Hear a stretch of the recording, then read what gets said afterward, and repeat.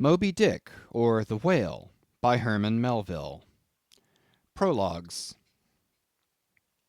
Etymology, supplied by a late consumptive usher to a grammar school. The pale usher, threadbare in coat, heart, body, and brain, I see him now. He was ever dusting his old lexicons and grammars with a queer handkerchief, mockingly embellished with all the gay flags of all the known nations of the world. He loved to dust his old grammars. It somehow mildly reminded him of his mortality. Quote, While you take in hand to school others, and to teach them by what name a whale fish is to be called in our tongue, leaving out through ignorance the letter H, which almost alone maketh the signification of the word, you deliver that which is not true. Hakluyt. Quote, Whale, Swedish and Danish hval. This animal is named from roundness or rolling, for in Danish hvalt is arched or vaulted. Webster's Dictionary. Quote, Whale. It is more immediately from the Dutch and German walen, Anglo-Saxon valvian, to roll, to wallow. Richardson's Dictionary. Kaitos, Greek. Ketus, Latin. Whale, Anglo-Saxon. Hvalt, Danish. Val, Dutch. Hval, Swedish. Whale, Icelandic. Whale, English. Baleine, French. Balena, Spanish. Piki Nui Nui, Fiji. Piki Nui Nui, Arromanguin. Extracts supplied by a sub-librarian. It will be seen that this mere painstaking burrower and grubworm of a poor devil of a sub-sub appears to have gone through the long Vaticans and street stalls of the earth, picking up whatever random allusions to whales he could anyways find in any book whatsoever, sacred or profane. Therefore you must not, in every case at least, take the higgledy-piggledy whale statements, however authentic, in these extracts, for veritable gospel cetology. Far from it. As touching the ancient authors generally, as well as the poets here appearing, these extracts are solely valuable or entertaining, as affording a glancing bird's-eye view of what has been promiscuously said, thought, fancied, and sung of Leviathan by many nations and generations, including our own. So fare thee well, poor devil of a sub-sub, whose commentator I am. Thou belongest to that hopeless sallow tribe which no wine of this world will ever warm, and for whom even pale sherry would be too rosy strong, but with whom one sometimes loves to sit and feel poor devilish too, and grow convivial upon tears, and say to them bluntly, with full eyes and empty glasses, and in not altogether unpleasant sadness, give it up, sub-subs. For by how much the more pains ye take to please the world, by so much more shall ye forever go thankless. Would that I could clear out Hampton Court and the Tuileries for you, but gulp down your tears, and hie aloft to the royal mast with your hearts. For your friends who have gone before are clearing out the seven-storied heavens, and making refugees of long-pampered Gabriel, Michael, and Raphael against your coming. Here you strike but splintered hearts together, there you shall strike unsplinterable glasses. Extracts. Quote, And God created great whales. Genesis. Quote, Leviathan maketh a path to shine after him, one would think the deep to be hoary. Job. Quote, Now the Lord had prepared a great fish to swallow up Jonah. Jonah. Quote, There go the ships, there is that Leviathan whom thou hast made to play therein. Psalms. Quote, In that day the Lord with his sore and great and strong sword shall punish Leviathan the piercing serpent, even Leviathan that crooked serpent, and he shall slay the dragon that is in the sea. Isaiah.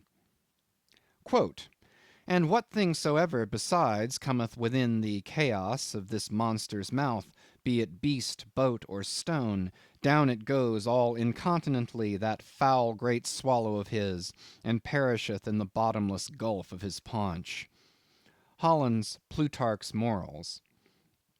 Quote, the Indian Sea breedeth the most and biggest fishes that are, among which the whales and whirlpools called Balaena take up as much in length as 4 acres or arpens of land.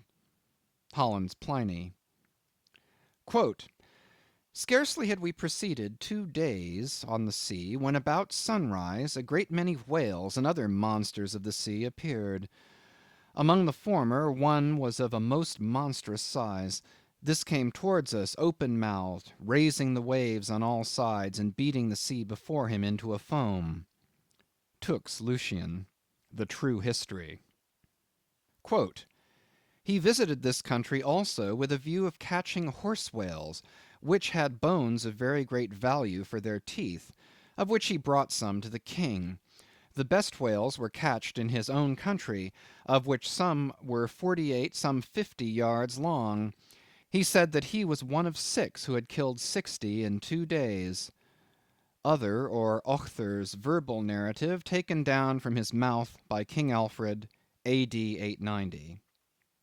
Quote, and whereas all the other things, whether beast or vessel, that enter into the dreadful gulf of this monster's (whale's) mouth, are immediately lost and swallowed up, the sea gudgeon retires into it in great security, and there sleeps. Montaigne, Apology for Raymond Sebond.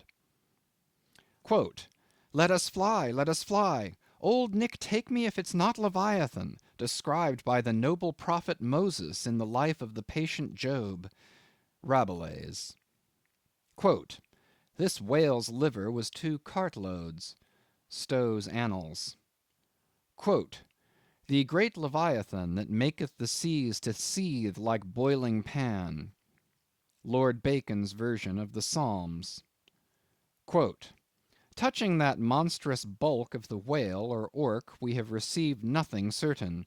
They grow exceeding fat, insomuch that an incredible quantity of oil will be extracted out of one whale.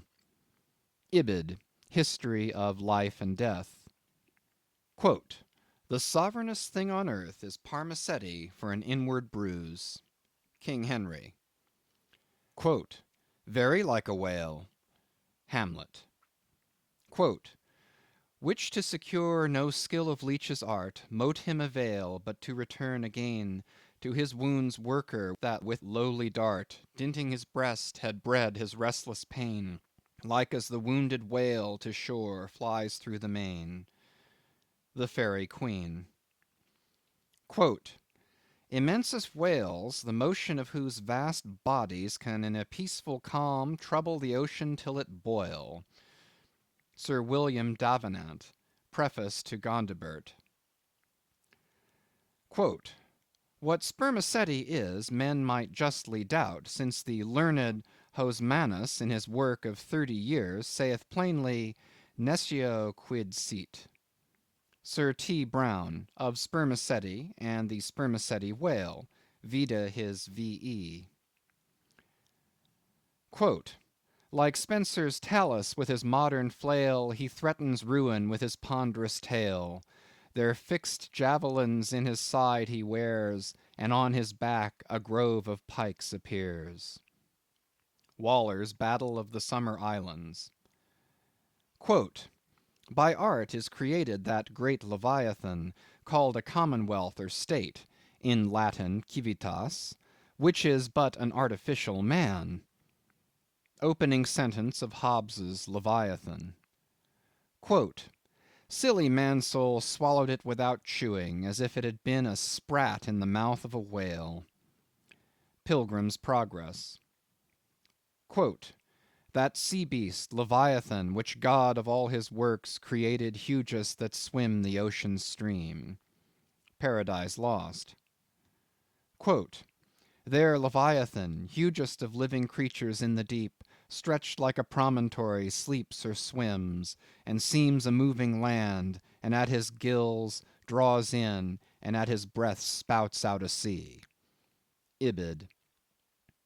Quote, the mighty whales which swim in a sea of water, and have a sea of oil swimming in them. Fuller's Profane and Holy State. Quote, so close behind some promontory lie the huge Leviathan to attend their prey, and give no chance but swallow in the fry, which through their gaping jaws mistake the way. Dryden's Annus Mirabilis.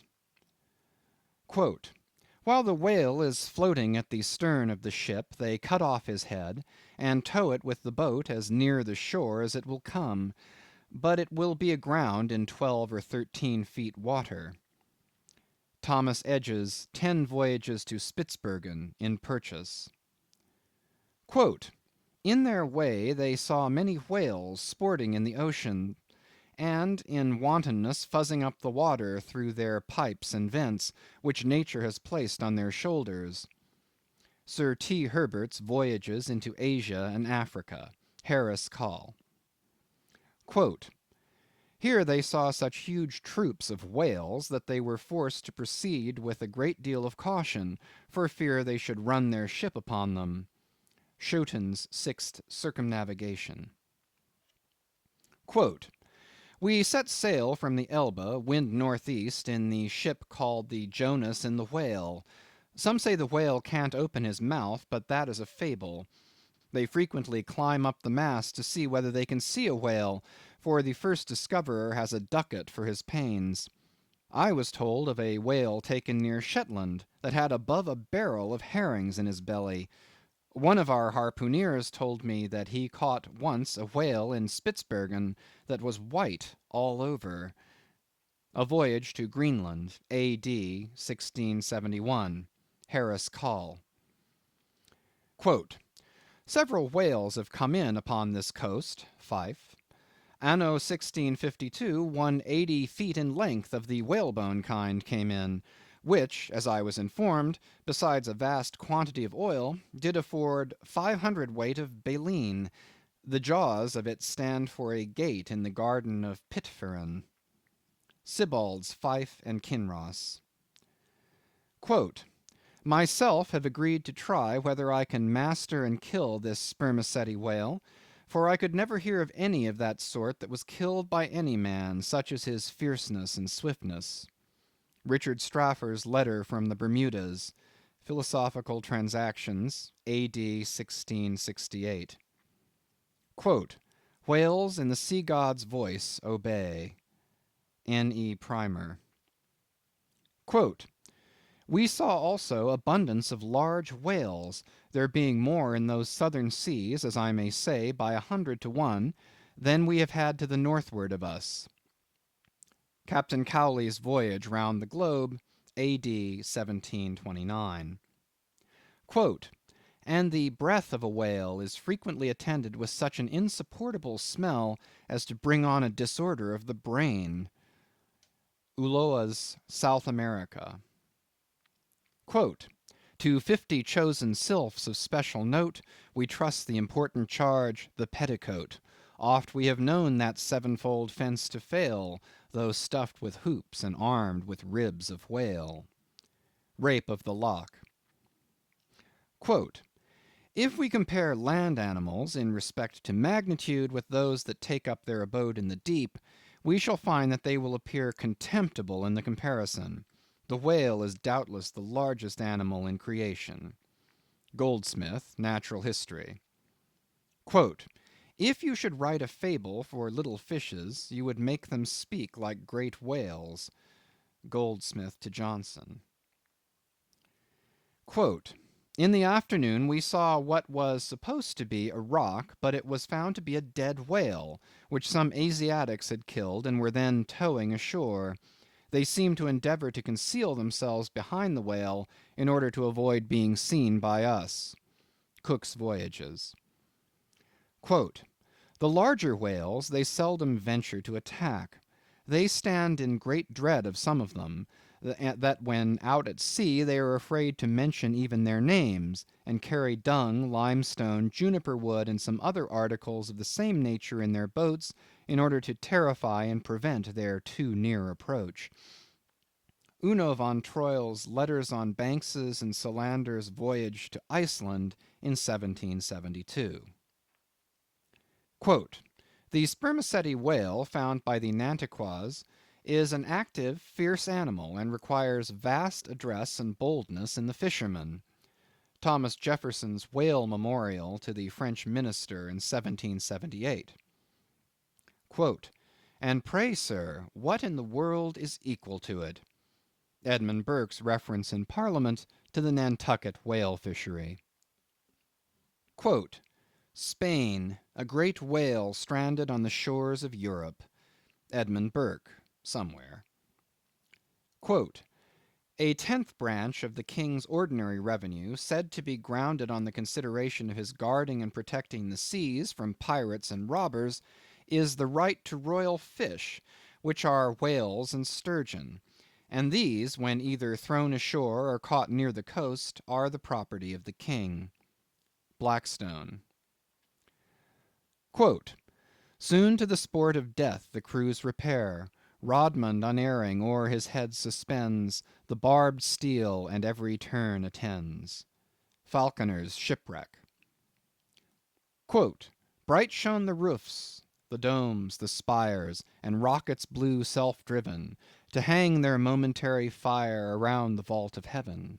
So fire with water to compare the ocean serves on high, upspouted by a whale in air to express unwieldy joy. Cowper on the Queen's visit to London. Quote, 10 or 15 gallons of blood are thrown out of the heart at a stroke, with immense velocity.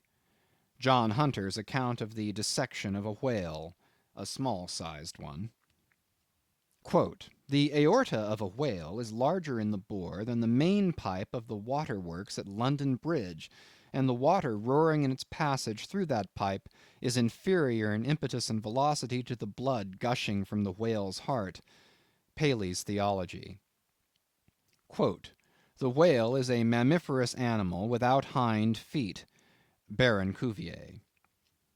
Quote, in 40 degrees south we saw spermaceti whales, but did not take any till the 1st of May, the sea being then covered with them. Colnett's Voyage for the purpose of extending the spermaceti whale fishery.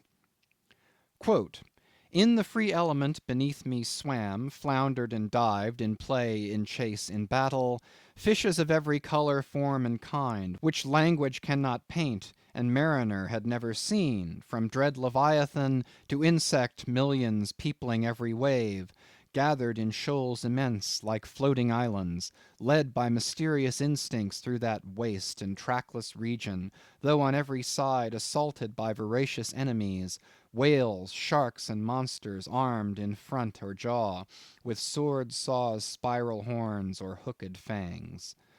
Montgomery's World Before the Flood. Io, Paean, Io, sing to the finny people's king. Not a mightier whale than this in the vast Atlantic is, not a fatter fish than he flounders round the polar sea. Charles Lamb's Triumph of the Whale. Quote, in the year 1690 some persons were on a high hill observing the whales spouting and sporting with each other, when one observed, there, pointing to the sea, is a green pasture where our children's grandchildren will go for bread. Obed Macy's History of Nantucket. Quote, I built a cottage for Susan and myself, and made a gateway in the form of a Gothic arch, by setting up a whale's jaw bones. Hawthorne's Twice Told Tales. Quote, she came to bespeak a monument for her first love, who had been killed by a whale in the Pacific Ocean no less than 40 years ago. Ibid. Quote, "No, sir, 'tis a right whale," answered Tom. "I saw his spout. He threw up a pair of as pretty rainbows as a Christian would wish to look at. He's a rale oil butt, that fellow." Cooper's Pilot. Quote, "The papers were brought in, and we saw in the Berlin Gazette that whales had been introduced on the stage there." Eckermann's Conversations with Goethe. Quote, "My God, Mr. Chase, what is the matter?" I answered, "We have been stove by a whale." Narrative of the shipwreck of the whale ship Essex of Nantucket, which was attacked and finally destroyed by a large sperm whale in the Pacific Ocean. By Owen Chase of Nantucket, first mate of said vessel. New York, 1821. Quote, "A mariner sat in the shrouds one night. The wind was piping free. Now bright, now dimmed was the moonlight pale, and the phosphor gleamed in the wake of the whale as it floundered in the sea." Elizabeth Oakes Smith. Quote, "The quantity of line withdrawn from the boats engaged in the capture of this one whale amounted altogether to 10,440 yards, or nearly 6 English miles.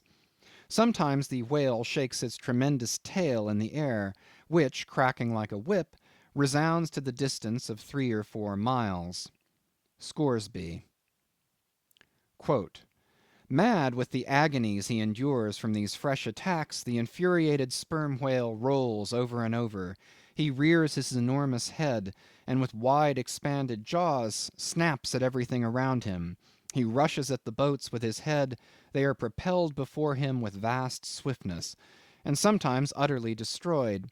It is a matter of great astonishment that the consideration of the habits of so interesting, and in a commercial point of view, so important an animal as the sperm whale, should have been so entirely neglected, or should have excited so little curiosity among the numerous, and many of them competent observers, that of late years must have possessed the most abundant and most convenient opportunities of witnessing their habitudes." Thomas Beale's History of the Sperm Whale, 1839.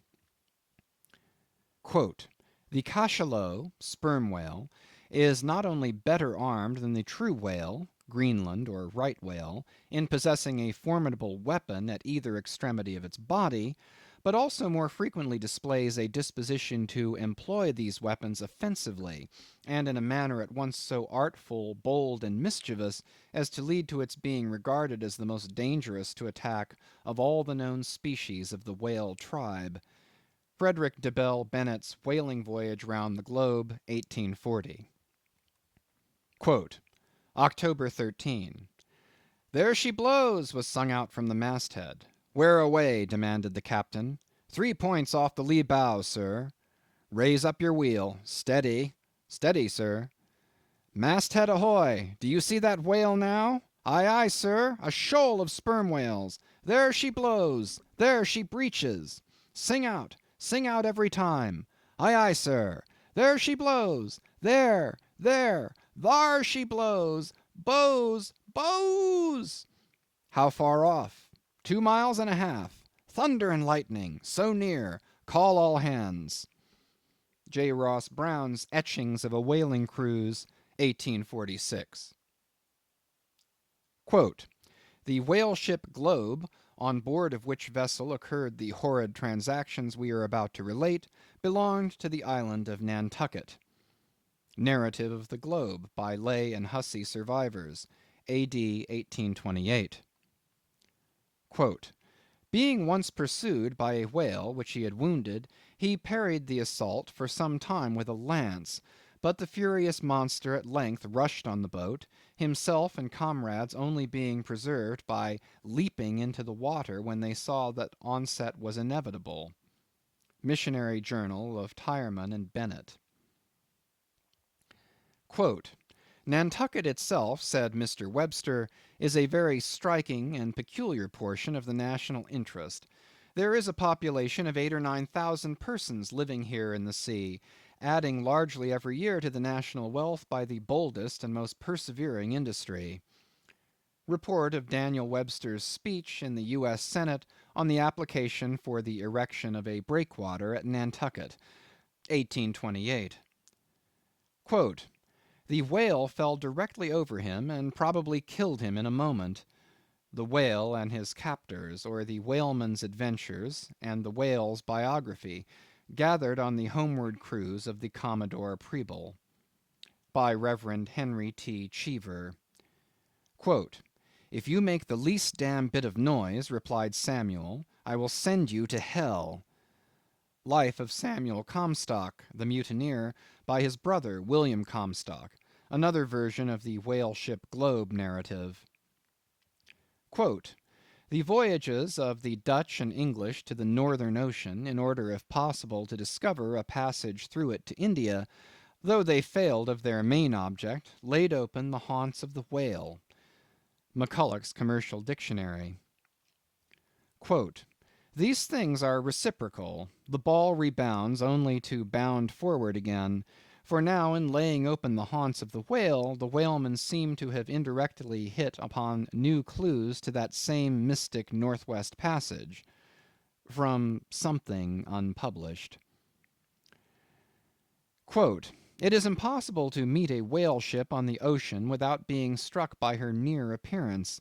The vessel under short sail, with lookouts at the mastheads, eagerly scanning the wide expanse around them, has a totally different air from those engaged in regular voyage." Currents and Whaling, U.S. XX. Quote, "Pedestrians in the vicinity of London and elsewhere may recollect having seen large curved bones set upright in the earth, either to form arches over gateways or entrances to alcoves, and they may perhaps have been told that these were the ribs of whales." Tales of a Whale Voyager to the Arctic Ocean. Quote, "It was not till the boats returned from the pursuit of these whales that the whites saw their ship in bloody possession of the savages enrolled among the crew." Newspaper account of the taking and retaking of the whale ship Hobomack. Quote, "It is generally well known that out of the crews of whaling vessels, American, few ever return in the ships on board which they departed." Cruise in a whale boat. Quote, "Suddenly a mighty mass emerged from the water and shot up perpendicularly into the air. It was the whale." Miriam Coffin, or the Whale Fisherman. Quote, "The whale is harpooned, to be sure, but bethink you how you would manage a powerful unbroken colt with the mere appliance of a rope tied to the root of his tail." A chapter on whaling in Ribs and Trucks. Quote, "On one occasion I saw two of these monsters (whales), probably male and female, slowly swimming, one after the other, within less than a stone's throw of the shore (Tierra del Fuego), over which the beech tree extended its branches." Darwin's Voyage of a Naturalist. Quote, "Stern all!" exclaimed the mate, upon turning his head, and saw the distended jaws of the large sperm whale close to the head of the boat, threatening it with instant destruction. "Stern all for your lives!" Wharton, the Whale Killer. Quote, "So be cheery, my lads, let your hearts never fail, while the bold harpooner is striking the whale." Nantucket Song. Quote, "Oh, the rare old whale, mid storm and gale, in his ocean home will be, a giant in might, where might is right, and king of the boundless sea." Whale Song. End of Prologues.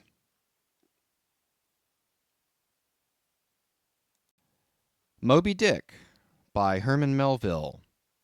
Chapters 1 and 2. Chapter 1. Loomings. Call me Ishmael. Some years ago, never mind how long precisely, having little or no money in my purse, and nothing particular to interest me on shore, I thought I would sail about a little, and see the watery part of the world. It is a way I have of driving off the spleen and regulating the circulation. Whenever I find myself growing grim about the mouth, whenever it is a damp, drizzly November in my soul, Whenever I find myself involuntarily pausing before coffin warehouses and bringing up the rear of every funeral I meet, and especially whenever my hypos get such an upper hand of me that it requires a strong moral principle to prevent me from deliberately stepping into the street and methodically knocking people's hats off, then I account it high time to get to sea as soon as I can. This is my substitute for pistol and ball. With a philosophical flourish, Cato throws himself upon his sword. I quietly take to the ship. There is nothing surprising in this. If they but knew it, almost all men in their degree, some time or other, cherish very nearly the same feelings towards the ocean with me. There now is your insular city of the Manhattoes, belted round by wharves, as Indian Isles by coral reefs. Commerce surrounds it with her surf. Right and left the streets take you waterward. Its extreme downtown is the Battery, where that noble mole is washed by waves and cooled by breezes, which a few hours previous were out of sight of land. Look at the crowds of water gazers there. Circumambulate the city of a dreamy Sabbath afternoon. Go from Corlier's Hook to Coenties Slip, and from thence by Whitehall northward. What do you see? Posted like silent sentinels all around the town stand thousands upon thousands of mortal men fixed in ocean reveries, some leaning against the spiles, some seated upon the pierheads, some looking over the bulwarks of ships from China, some high aloft in the rigging as if striving to get a still better seaward peep. But these are all landsmen, of weekdays pent up in lath and plaster, tied to counters, nailed to benches, clinched to desks. How then is this? Are the green fields gone? What do they here? But look, here come more crowds, pacing straight for the water, and seemingly bound for a dive. Strange. Nothing will content them but the extremest limit of the land. Loitering under the shady lee of yonder warehouses will not suffice. No, they must get just as nigh the water as they possibly can without falling in. And there they stand, miles of them, leagues. Inlanders all. They come from lanes and alleys, streets and avenues, north, east, south, and west. Yet here they all unite. Tell me, does the magnetic virtue of the needles of the compasses of all those ships attract them thither? Once more, say you are in the country, in some high land of lakes. Take almost any path you please, and 10 to 1 it carries you down in a dale, and leaves you there by a pool in the stream. There is magic in it. Let the most absent-minded of men be plunged in his deepest reveries, stand that man on his legs, set his feet a-going, and he will infallibly lead you to water, if water there be in all that region. Should you ever be athirst in the great American desert, try this experiment, if your caravan happen to be supplied with a metaphysical professor. Yes, as everyone knows, meditation and water are wedded forever. But here is the artist. He desires to paint you the dreamiest, shadiest, quietest, most enchanting bit of romantic landscape in all the valley of the Saco. What is the chief element he employs? There stand his trees, each with a hollow trunk, as if a hermit and a crucifix were within. And here sleeps his meadow, and there sleep his cattle, and up from yonder cottage goes a sleepy smoke. Deep into the distant woodlands winds a mazy way, reaching to overlapping spurs of mountains bathed in their hillside blue. But though the picture lies thus tranced, and though this pine tree shakes down its sighs like leaves upon the shepherd's head, yet all were vain, unless the shepherd's eye were fixed upon the magic stream before him. Go visit the prairies in June, when for scores on scores of miles you wade knee-deep among tiger lilies. What is the one charm wanting? Water. There is not a drop of water there. Were Niagara but a cataract of sand, would you travel your 1,000 miles to see it? Why did the poor poet of Tennessee, upon suddenly receiving 2 handfuls of silver, deliberate whether to buy him a coat, which he sadly needed, or invest the money in a pedestrian trip to Rockaway Beach? Why is almost every robust, healthy boy with a robust, healthy soul in him at some time or other crazy to go to sea? Why, upon your first voyage as a passenger, did you yourself feel such a mystical vibration when first told that you and your ship were now out of sight of land? Why did the old Persians hold the sea holy?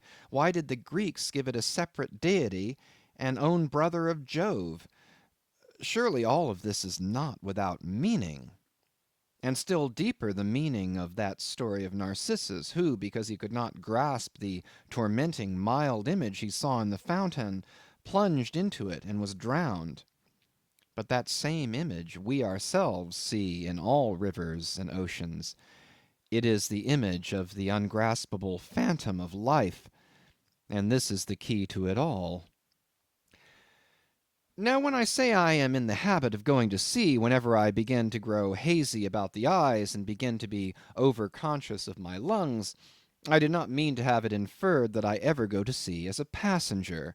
For to go as a passenger you must needs have a purse, and a purse is but a rag unless you have something in it. Besides, passengers get seasick, grow quarrelsome, don't sleep of nights, do not enjoy themselves much as a general thing. No, I never go as a passenger, nor, though I am something of a salt, do I ever go to sea as a commodore or a captain or a cook. I abandon the glory and distinction of such offices to those who like them. For my part, I abominate all honourable, respectable toils, trials, and tribulations of every kind whatever. It is quite as much as I can do to take care of myself without taking care of ships, barks, brigs, schooners, and what not. And as for going as cook, though I confess there is considerable glory in that, a cook being a sort of officer on shipboard, yet somehow I never fancied broiling fowls, though once broiled, judiciously buttered, and judgmatically salted and peppered, there is no one who will speak more respectfully, not to say reverently, of a broiled fowl than I will. It is out of the idolatrous dotings of the old Egyptians upon broiled ibis and roasted river horse that you see the mummies of those creatures in their huge bakehouses, the pyramids. No, when I go to sea, I go as a simple sailor, right before the mast, plumb down into the forecastle, aloft there to the royal masthead. True, they rather order me about some, and make me jump from spar to spar like a grasshopper in a May meadow; and at first this sort of thing is unpleasant enough. It touches one's sense of honour, particularly if you come of an old established family in the land, the Van Rensselaers or Randolphs or Hardicanutes; and more than all, if just previous to putting your hand into the tar pot you have been lording it as a country schoolmaster, making the tallest boys stand in awe of you.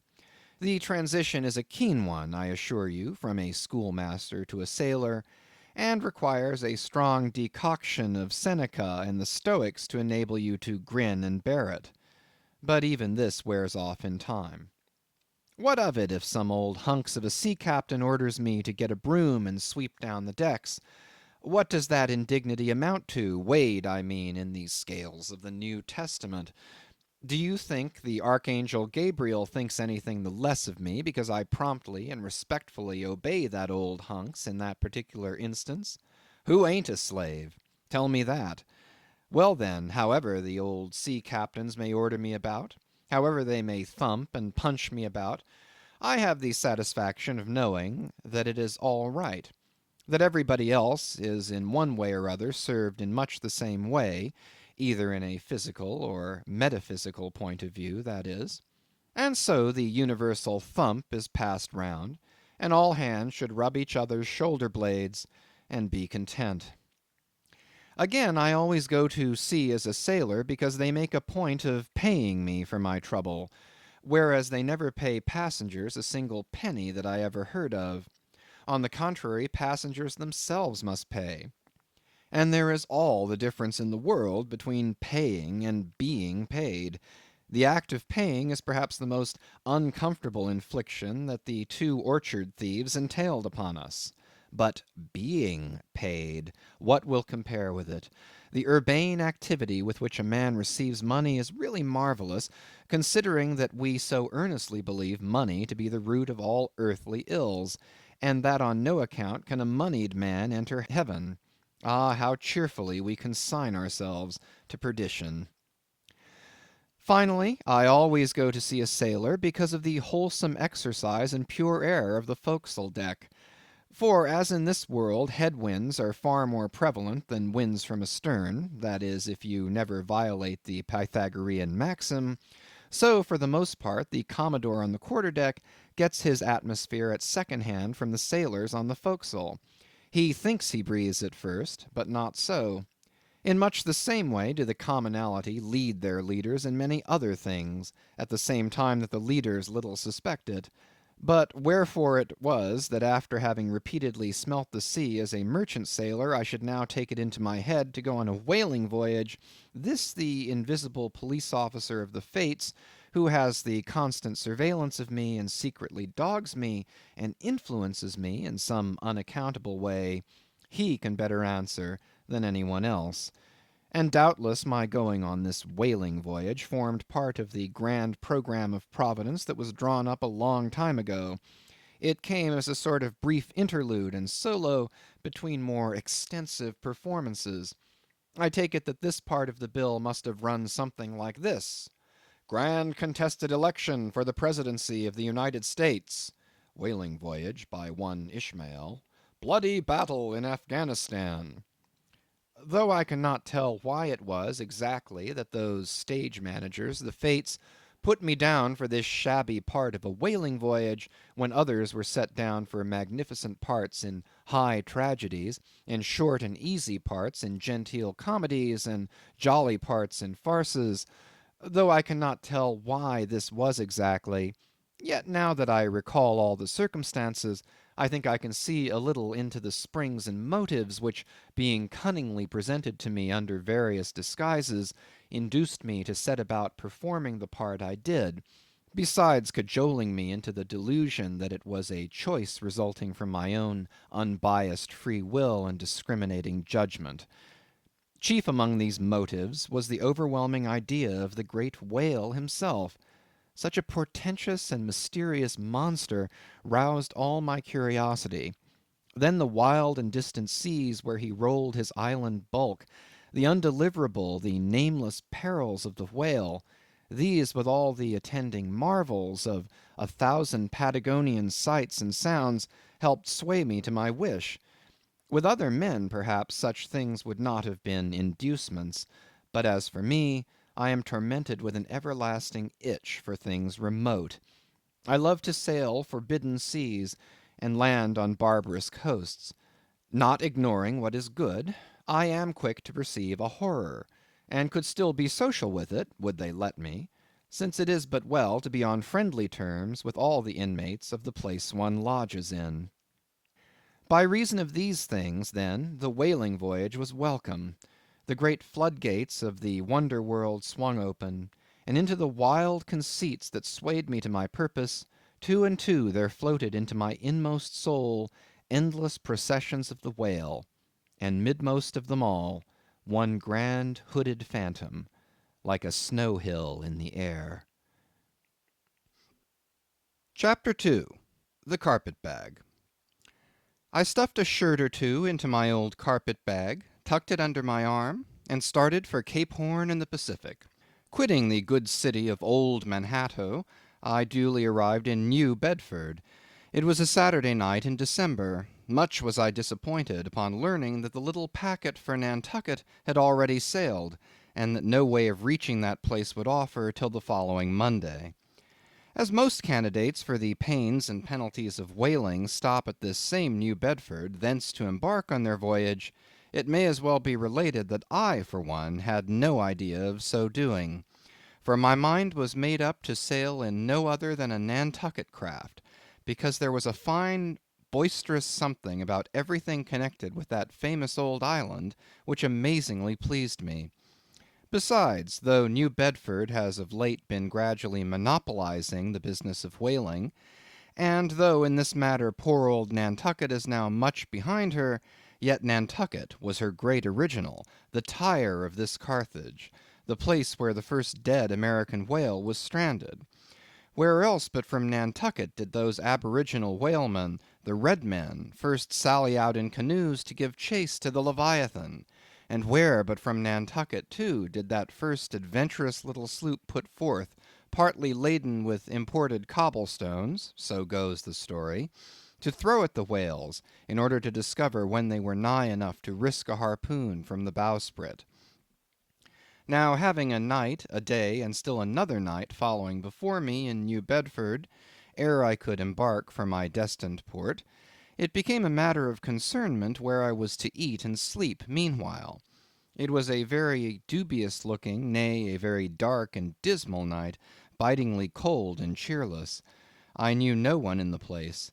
With anxious grapnels I had sounded my pocket, and only brought up a few pieces of silver.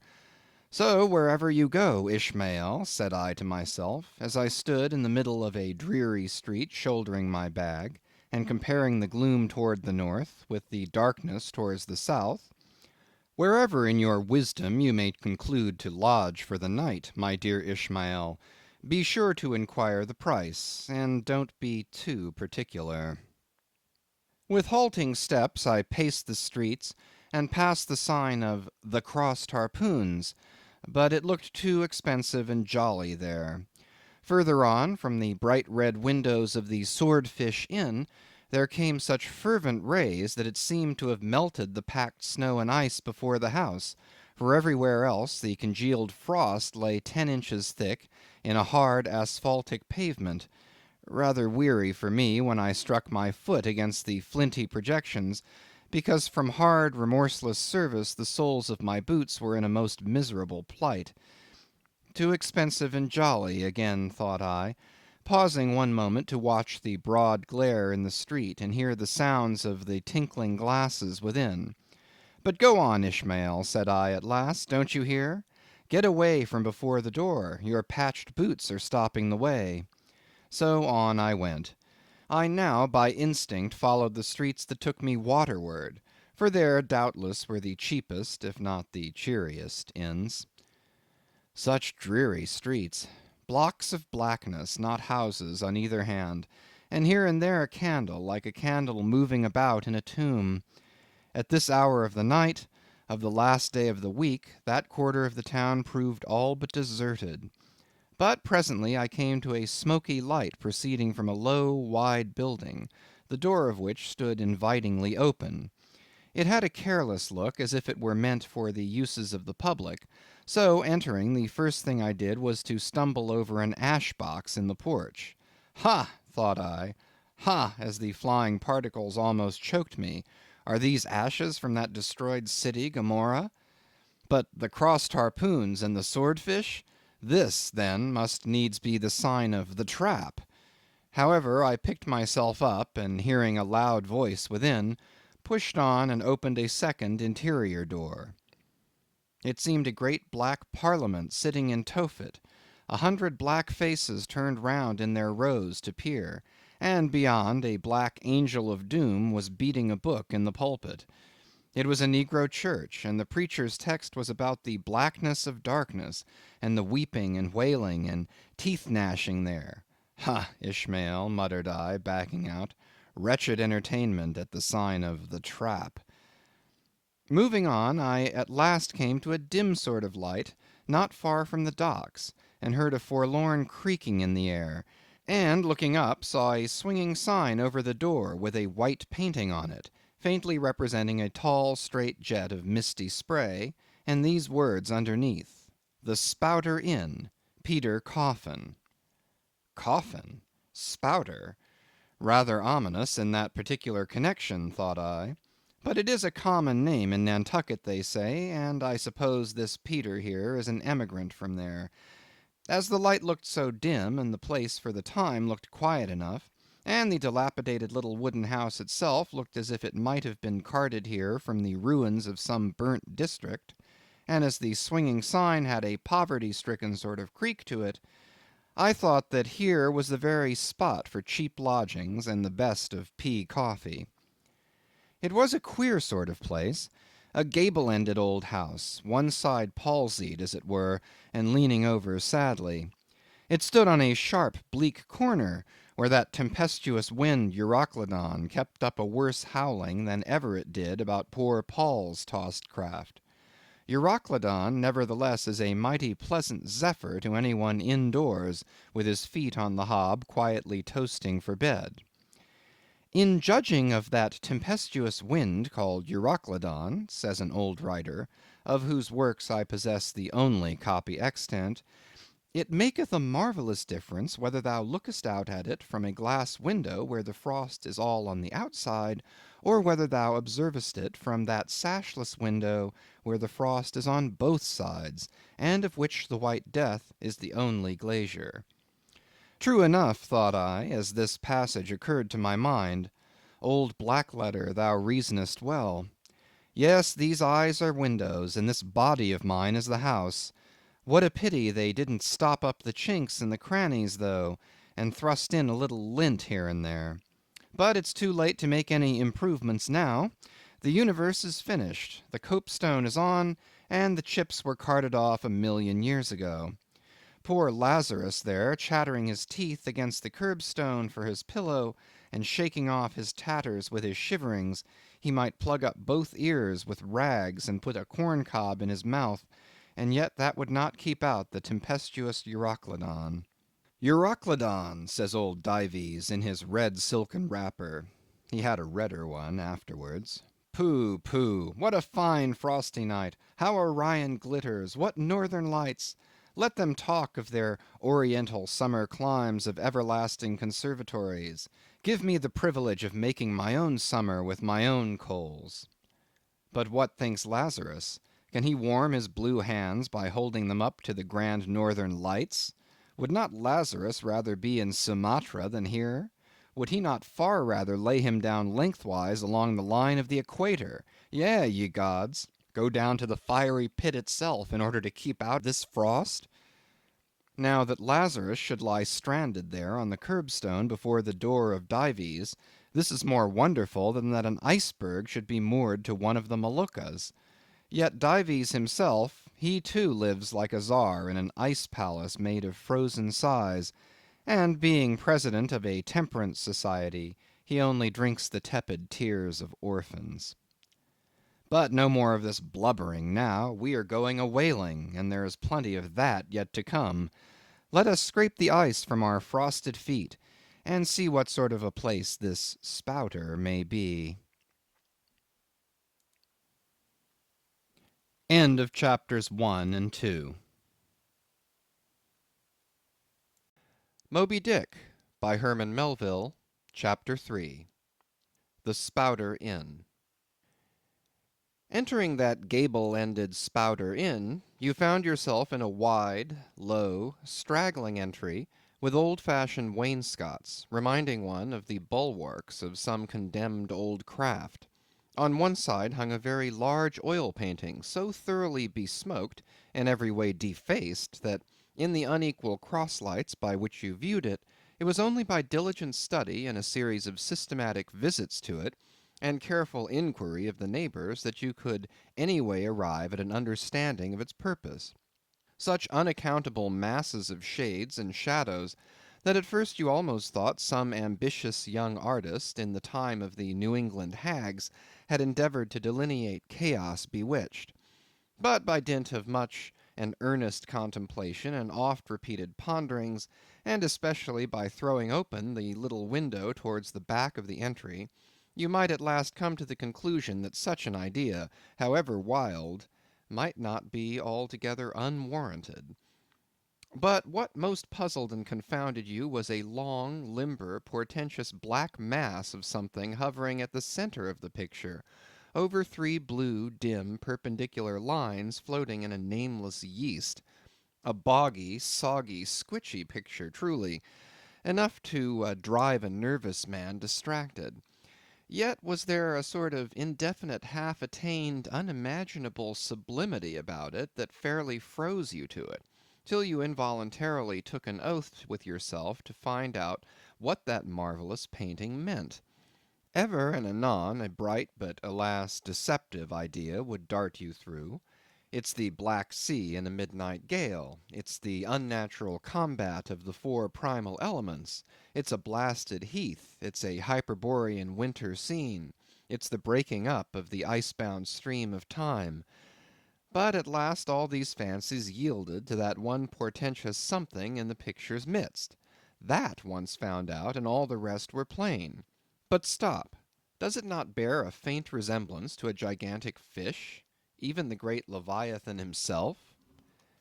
In fact, the artist's design seemed this, a final theory of my own, partly based upon the aggregated opinions of many aged persons with whom I conversed upon the subject. The picture represents a Cape Horner in a great hurricane, the half-foundered ship weltering there with its three dismantled masts alone visible, and an exasperated whale, purposing to spring clean over the craft, is in the enormous act of impaling himself upon the three mastheads. The opposite wall of this entry was hung over with a heathenish array of monstrous clubs and spears. Some were thickly set with glittering teeth resembling ivory saws, others were tufted with knots of human hair, and one was sickle-shaped, with a vast handle sweeping round like the segment made in the new-mown grass by a long-armed mower. You shuddered as you gazed, and wondered what monstrous cannibal and savage could ever have gone a death-harvesting with such a hacking, horrifying implement. Mixed with these were rusty old whaling lances and harpoons all broken and deformed. Some were storied weapons. With this once long last, now wildly elbowed, 50 years ago did Nathan Swain kill 15 whales between a sunrise and a sunset. And that harpoon, so like a corkscrew now, was flung in the Javan seas and run away with by a whale years afterwards slain off the Cape of Blanco. The original iron entered nigh the tail, and, like a restless needle sojourning in the body of a man, travelled full 40 feet, and at last was found embedded in the hump. Crossing this dusky entry, and on through yon low-arched way, cut through what in old times must have been a great central chimney with fireplaces all round, you enter the public room. A still duskier place is this, with such low ponderous beams above, and such old wrinkled planks beneath, that you would almost fancy you trod some old craft's cockpits, especially of such a howling night, when this corner-anchored old ark rocked so furiously. On one side stood a long, low, shelf-like table covered with cracked glass cases, filled with dusty rarities gathered from this wide world's remotest nooks. Projecting from the further angle of the room stands a dark-looking den, the bar, a rude attempt at a right whale's head. Be that how it may, there stands the vast arched bone of the whale's jaw, so wide a coach might almost drive beneath it. Within are shabby shelves, ranged round with old decanters, bottles, flasks, and in those jaws of swift destruction, like another cursed Jonah, by which name indeed they called him, bustles a little withered old man, who, for their money, dearly sells the sailors deliriums and death. Abominable are the tumblers into which he pours his poison. Though true cylinders without, within the villainous green goggling glasses deceitfully tapered downwards to a cheating bottom. Parallel meridians rudely pecked into the glass surround these footpads goblets. Fill to this mark, and your charge is but a penny. To this, a penny more, and so on to the full glass, the Cape Horn measure, which you may gulp down for a shilling. Upon entering the place, I found a number of young seamen gathered about a table, examining by a dim light the divers specimens of scrimshander. I sought the landlord, and telling him I desired to be accommodated with a room, received for answer that his house was full, not a bed unoccupied. "But avast," he added, tapping his forehead, "you hain't no objections to sharing a harpooneer's blanket, have ye? I suppose you're going a whaling, so you better get used to that sort of thing." I told him that I never liked to sleep two in a bed, that if I should ever do so, it would depend upon who the harpooneer might be, and that if he, the landlord, really had no other place for me, and the harpooneer was not decidedly objectionable, why, rather than wander further about a strange town on so bitter a night, I would put up with the half of any decent man's blanket. I thought so. All right, take a seat. Supper? You want supper? Supper'll be ready directly. I sat down on an old wooden settle, carved all over like a bench on the battery. At one end a ruminating tar was still further adorning it with his jackknife, stooping over and diligently working away at the space between his legs. He was trying his hand at a ship under full sail, but he didn't make much headway, I thought. At last some 4 or 5 of us were summoned to our meal in an adjoining room. It was cold as Iceland, no fire at all. The landlord said he couldn't afford it. Nothing but 2 dismal tallow candles, each in a winding sheet. We were fain to button up our monkey jackets, and hold to our lips cups of scalding tea with our half-frozen fingers. But the fare was of the most substantial kind. Not only meat and potatoes, but dumplings, good heavens! Dumplings for supper. One young fellow in a green box coat addressed himself to these dumplings in a most direful manner.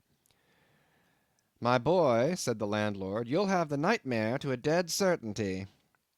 "Landlord," I whispered, "that ain't the harpooneer, is it?" "Oh no," said he, looking sort of diabolically funny. "The harpooneer is a dark complexioned chap. He never eats dumplings, he don't. He eats nothing but steaks, and he likes 'em rare." "The devil he does," says I. "Where is that harpooneer? Is he here?" "He'll be here 'fore long," was the answer. I could not help it, but I began to feel suspicious of this dark complexioned harpooneer. At any rate, I made up my mind that if it so turned out that we should sleep together, he must undress and get into bed before I did. Supper over, the company went back to the bar room, when, knowing not what else to do with myself, I resolved to spend the rest of the evening as a looker on. Presently a rioting noise was heard without. Starting up, the landlord cried, "That's the Grampus's crew. I seed her reported in the offing this morning. A 3 years' voyage, and a full ship. Hurrah, boys! Now we'll have the latest news from the Fijis." A tramping of sea boots was heard in the entry. The door was flung open, and in rolled a wild set of mariners enough.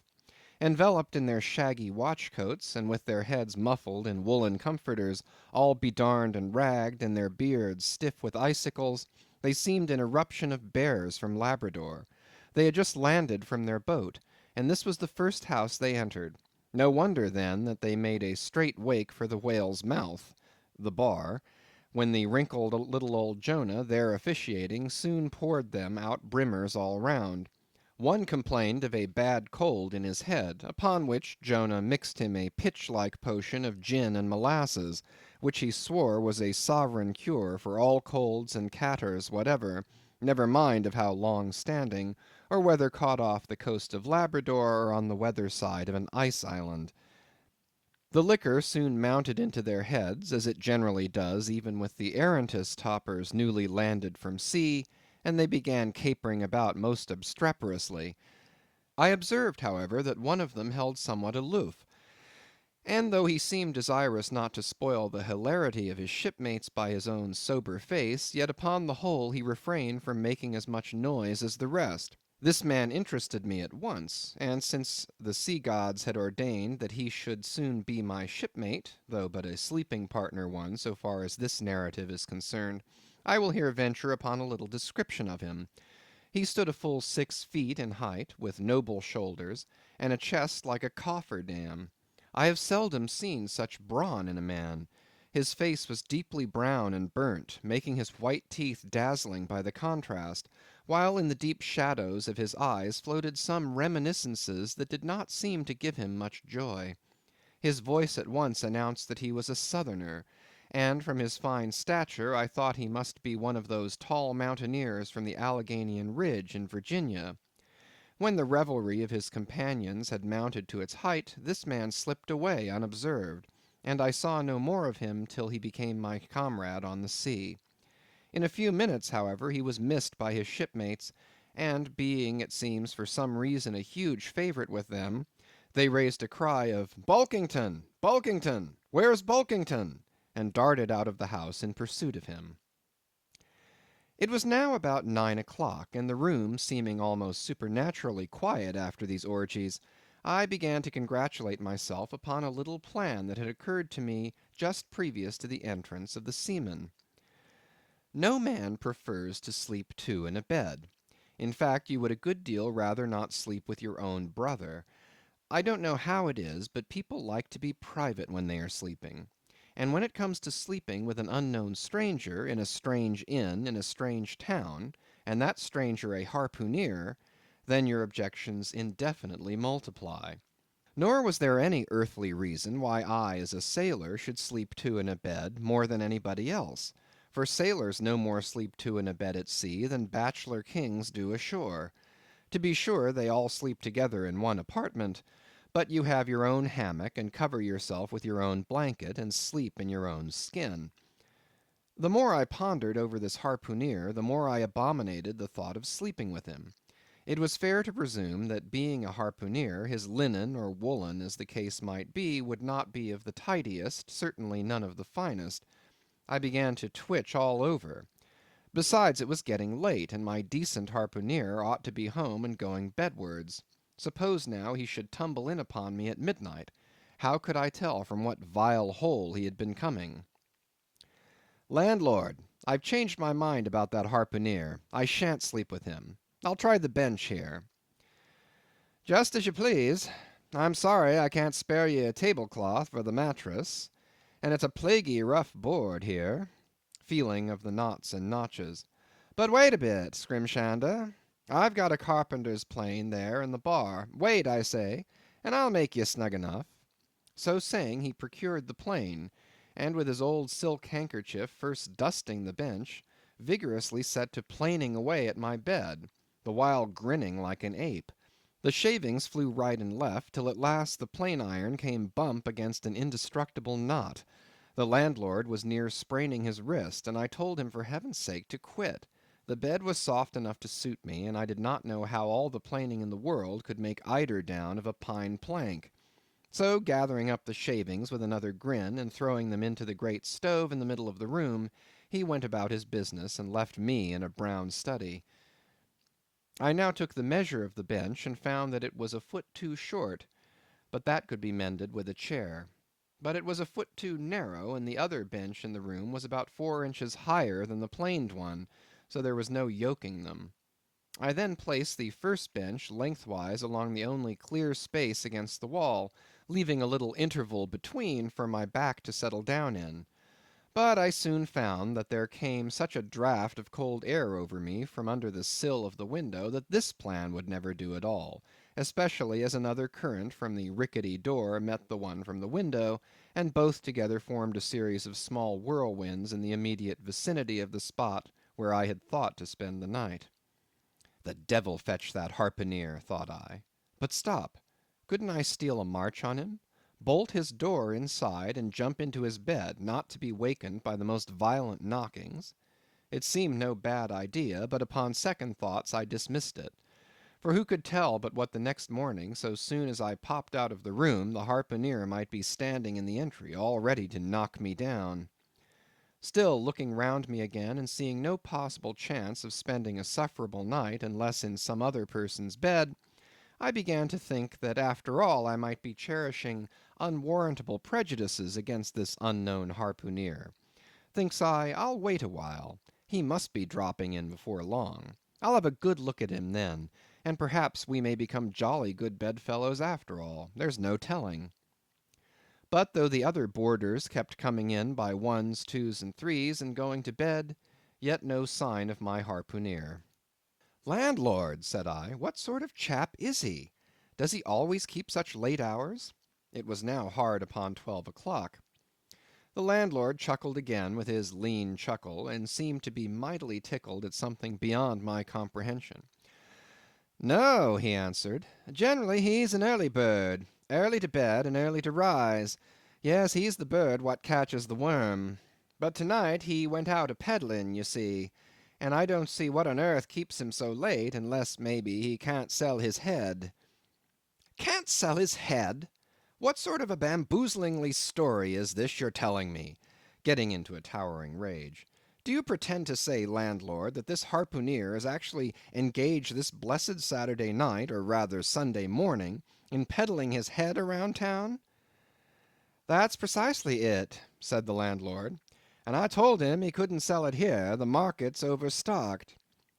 With what? Shouted I. With heads, to be sure. Ain't there too many heads in the world? I tell you what it is, landlord, I said quite calmly. You'd better stop spinning that yarn to me. I am not green.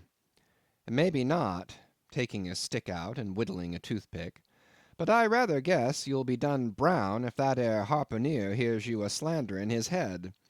I'll break it for him, said I, now flying into a passion against this unaccountable farrago of the landlord's. It's broke already, said he. Broke, said I. Broke, do you mean? Certain, and that's the very reason he can't sell it, I guess. Landlord, said I, going up to him as cool as Mount Hecla in a snowstorm. Landlord, stop whittling. You and I must understand one another, and that too without delay. I come to your house and want a bed. You tell me you can only give me half of one, that the other half belongs to a certain harpooneer. And about this harpooneer, whom I have not yet seen, you persist in telling me the most mystifying and exasperating stories, tending to beget in me an uncomfortable feeling towards the man whom you design for my bedfellow. A sort of connection, landlord, which is an intimate and confidential one in the highest degree.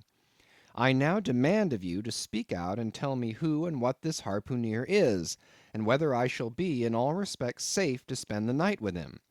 And in the first place, you will be so good as to unsay that story about selling his head, which, if true, I take to be good evidence that this harpooneer is stark mad, and I've no idea of sleeping with a madman. And you, sir, you, I mean, landlord, you, sir, by trying to induce me to do so knowingly, would thereby render yourself liable to a criminal prosecution. Well, said the landlord, fetching a long breath, that's a pretty long sermon for a chap that rips a little now and then. But be easy, be easy. This here harpooneer I've been telling you of has just arrived from the South Seas, where he bought up a lot of bomb New Zealand heads, great curios, you know, and he sold all of 'em but one, and that one he's trying to sell tonight, 'cause tomorrow's Sunday, and it would not do to be selling human heads about the streets when folks is going to churches. He wanted to last Sunday, but I stopped him just as he was going out the door with 4 heads strung on a string, for all the earth like a string of onions. This account cleared up the otherwise unaccountable mystery, and showed that the landlord after all had no idea of fooling me. But at the same time, what could I think of a harpooneer who stayed out of a Saturday night clean into the holy Sabbath, engaged in such a cannibal business as selling the heads of dead idolaters? Depend upon it, landlord, that harpooneer is a dangerous man. He pays regular, was the rejoinder. But come, it's getting dreadful late. You'd better be turning flukes. It's a nice bed. Sal and me slept in that 'ere bed the night we was spliced. There's plenty of room for 2 to kick about in that bed. It's an almighty big bed, that. Why, afore we give it up, Sal used to put our Sam and little Johnny in the foot of it. But I got a dreaming and sprawling about one night, and somehow Sam got pitched on the floor, and came near breaking his arm. After that, Sal said it wouldn't do. Come along here, I'll give you a glim in a jiffy. And so saying, he lighted a candle and held it towards me, offering to lead the way. But I stood irresolute, when looking at a clock in the corner, he exclaimed, I vomit Sunday. You won't see that harpooneer tonight. He's come to anchor somewhere. Come along, then. Do come, won't you come? I considered the matter a moment, and then upstairs we went, and I was ushered into a small room, cold as a clam, and furnished, sure enough, with a prodigious bed, almost big enough, indeed, for any 4 harpooneers to sleep abreast. There, said the landlord, placing the candle on a crazy old sea-chest that did double duty as a washstand and centre table. There, make yourself comfortable now, and good night to ye. I turned round from eyeing the bed, but he had disappeared. Folding back the counterpane, I stood over the bed. Though none of the most elegant, it yet stood the scrutiny tolerable well. I then glanced round the room, and besides the bedstead and centre table, could see no other furniture belonging to the place, but a rude shelf, the four walls, and a papered fireboard representing a man striking a whale. Of things not properly belonging to the room, there was a hammock lashed up and thrown upon the floor in one corner, also a large seaman's bag containing the harpooneer's wardrobe, no doubt in lieu of a land trunk. Likewise, there was a parcel of outlandish bone fishhooks on the shelf over the fireplace, and a tall harpoon standing at the head of the bed. But what is this on the chest? I took it up, and held it close to the light, and felt it, and smelt it, and tried every way possible to arrive at some satisfactory conclusion concerning it. I can compare it to nothing but a large door-mat, ornamented at the edges with little tinkling tags, something like the stained porcupine quills round an Indian moccasin. There was a hole or slit in the middle of this mat, as you see the same in South American ponchos. But could it be possible that any sober harpooneer could get into a door-mat and parade the streets of any Christian town in that sort of guise? I put it on to try it, and it weighed me down like a hamper, being uncommonly shaggy and thick, and I thought a little damp, as though this mysterious harpooneer had been wearing it of a rainy day. I went up to it in a bit of glass stuck against the wall, and I never saw such a sight in my life. I tore myself out of it in such a hurry that I gave myself a kink in the neck. I sat down on the side of the bed and commenced thinking about this head-peddling harpooneer and his door-mat. After thinking some time on the bedside, I got up and took off my monkey jacket, and then stood in the middle of the room thinking. Then I took off my coat and thought a little more in my shirt sleeves. But beginning to feel very cold now, half undressed as I was, and remembering what the landlord said about the harpooneer's not coming home at all that night, it being so very late, I made no more ado, but jumped out of my pantaloons and boots, and then blowing out the light, tumbled into bed, and commended myself to the care of Heaven.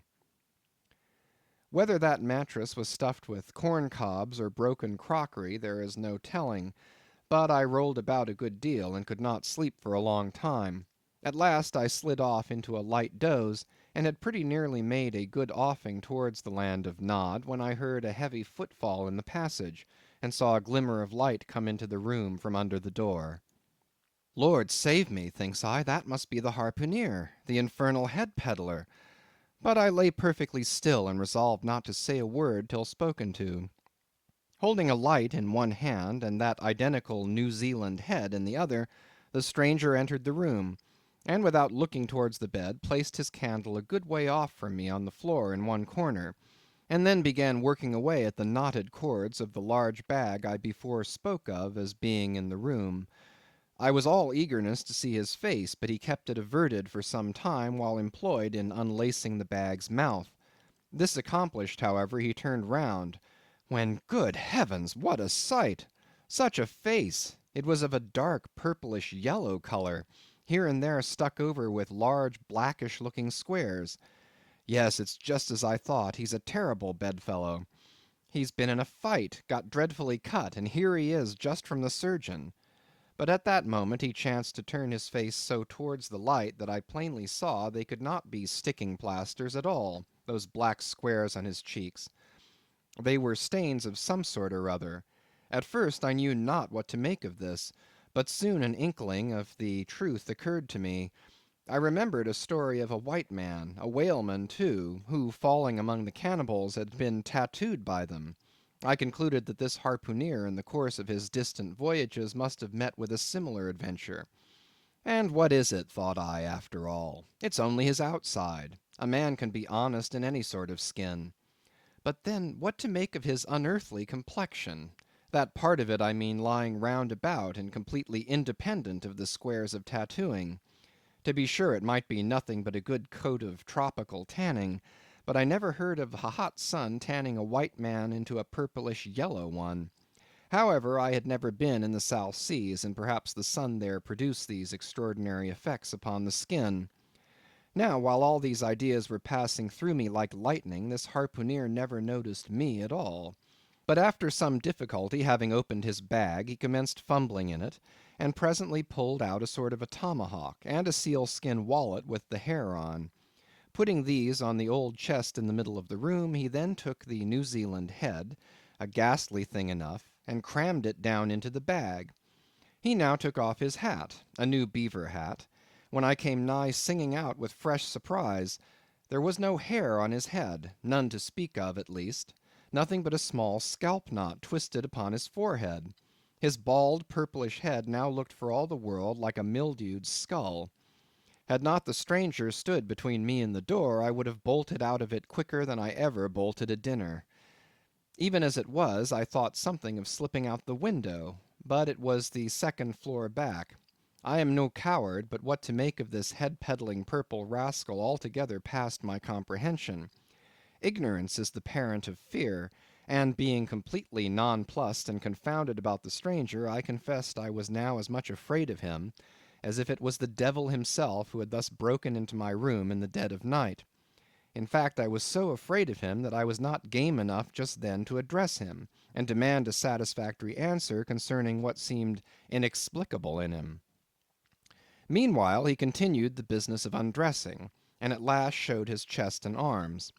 As I live, these covered parts of him were checkered with the same squares as his face.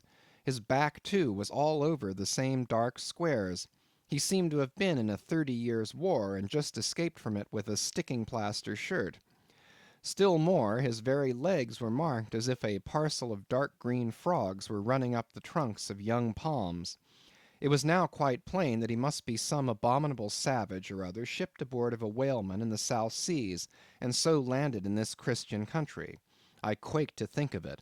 A peddler of heads, too, perhaps the heads of his own brothers. He might take a fancy to mine. Heavens, look at that tomahawk!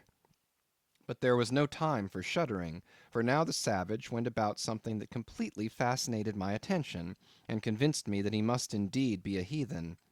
Going to his heavy grego, or rapall, or dreadnought, which he had previously hung on a chair, he fumbled in the pockets, and produced at length a curious little deformed image, with a hunch on its back, and exactly the colour of a 3 days old Congo baby. Remembering the embalmed head, at first I almost thought that this black manikin was a real baby preserved in some similar manner. But seeing that it was not at all limber, and that it glistened a good deal like polished ebony, I concluded that it must be nothing but a wooden idol, which indeed it proved to be. For now the savage goes up to the empty fireplace, and removing the papered fireboard, sets up this little hunchbacked image like a 10-pin between the andirons. The chimney jambs and all the bricks inside were very sooty, so that I thought this fireplace made a very appropriate little shrine or chapel for his Congo idol. I now screwed my eyes hard toward the half-hidden image, feeling but ill at ease, meantime, to see what was next to follow. First he takes about a double handful of shavings out of his grego pocket, and places them carefully before the idol. Then, laying a bit of ship biscuit on top, and applying the flame from the lamp, he kindled the shavings into a sacrificial blaze. Presently, after many hasty snatches into the fire, and still hastier withdrawals of his fingers, whereby he seemed to be scorching them badly, he at last succeeded in drawing out the biscuit, then blowing off the heat and ashes a little, he made a polite offer of it to the little negro. But the little devil did not seem to fancy such dry sort of fare at all. He never moved his lips. All these strange antics were accompanied by still stranger guttural noises from the devotee, who seemed to be praying in a sing-song, or else singing some pagan psalmody or other, during which his face twitched about in the most unnatural manner. At last, extinguishing the fire, he took his idol up very unceremoniously, and bagged it again in his grego pocket as carelessly as if he were a sportsman bagging a dead woodcock. All these queer proceedings increased my uncomfortableness, and seeing him now exhibiting strong symptoms of concluding his business operations and jumping into bed with me, I thought it was high time, now or never, before the light was put out, to break the spell in which I had so long been bound. But the interval I spent in deliberating what to say was a fatal one. Taking his tomahawk from the table, he examined the head of it for an instant, and then holding it to the light, with his mouth at the handle, he puffed out great clouds of tobacco smoke. The next moment the light was extinguished, and this wild cannibal, tomahawk between his teeth, sprang into bed with me. I sang out, I could not help it now, and giving a sudden grunt of astonishment, he began feeling me. Stammering out something, I knew not what, I rolled away from him against the wall, and then conjured him, whoever or whatever he might be, to keep quiet, and let me get up and light the lamp again. But his guttural responses satisfied me at once that he but ill comprehended my meaning. "Who e debbil you?" he said at last. "You no speaky, damn me, I kill ye." And so saying, the lighted tomahawk began flourishing about me in the dark. "Landlord, for God's sake, Peter Coffin!" shouted I. "Landlord! Watch! Coffin! Angels, save me!" "Speaky! Tell ye me who ye be, or damn me, I kill ye!" again growled the cannibal, while his horrid flourishings of the tomahawk scattered the hot tobacco ashes about me till I thought my linen would get on fire. But, thank heaven, at that moment the landlord came into the room, light in hand, and leaping from the bed, I ran up to him. "Don't be afraid now," said he, grinning again. "Queequeg here wouldn't harm a hair of your head." "Stop your grinning," shouted I. "And why didn't you tell me that that infernal harpooneer was a cannibal?" "I thought you'd know it. Didn't I tell ye he was a peddling heads around town? But turn flukes again and go to sleep. Queequeg, look here. You sabby me, I sabby you. This man sleepy you. You sabby?" "Me sabby plenty," grunted Queequeg, puffing away at his pipe and sitting up in bed.